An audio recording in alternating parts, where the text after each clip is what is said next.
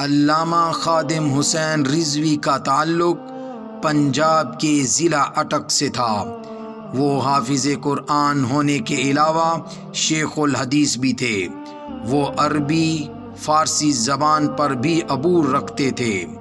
علامہ Khadim Hussain Rizvi traffic کے ایک حادثے میں معذور ہو گئے تھے اور سہارے کے بغیر نہیں چل سکتے تھے۔ وہ 22 جون 1966 کو ناکاتوت ضلع اٹک میں حاجی لال خان کے ہاں پیدا ہوئے تھے۔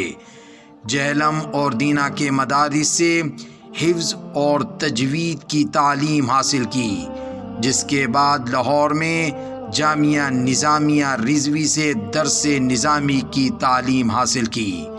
نومبر 2017 میں فیض آباد میں دھرنا دیا اور 3 برس بعد نومبر 2020 میں بھی ایک بار پھر دھرنا دیا، اور دھرنا دینے کی وجہ ناموس رسالت تھی۔ لاہور کی ایک مسجد کے 52 سالہ خطیب نے اصل شہرت نومبر 2017 میں اسلام آباد میں فیض آباد چوک میں توہین رسالت کے قانون میں ترمیم کے خلاف ایک طویل اور کامیاب دھرنا دے کر حاصل کی تھی۔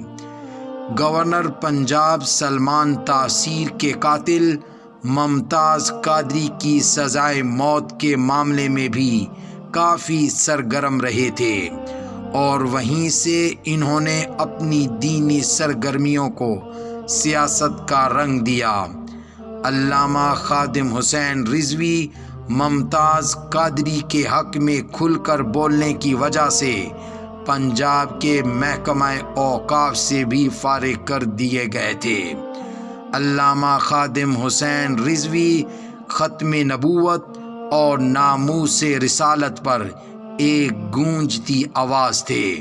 ان کا خمیر عشق رسول سے گندھا ہوا تھا۔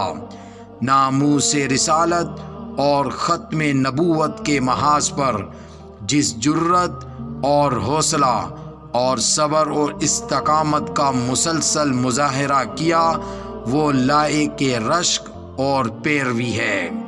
علامہ خادم حسین رضوی ایک باعمل اور میدان میں ڈٹے شخصیت کی طرح تھے۔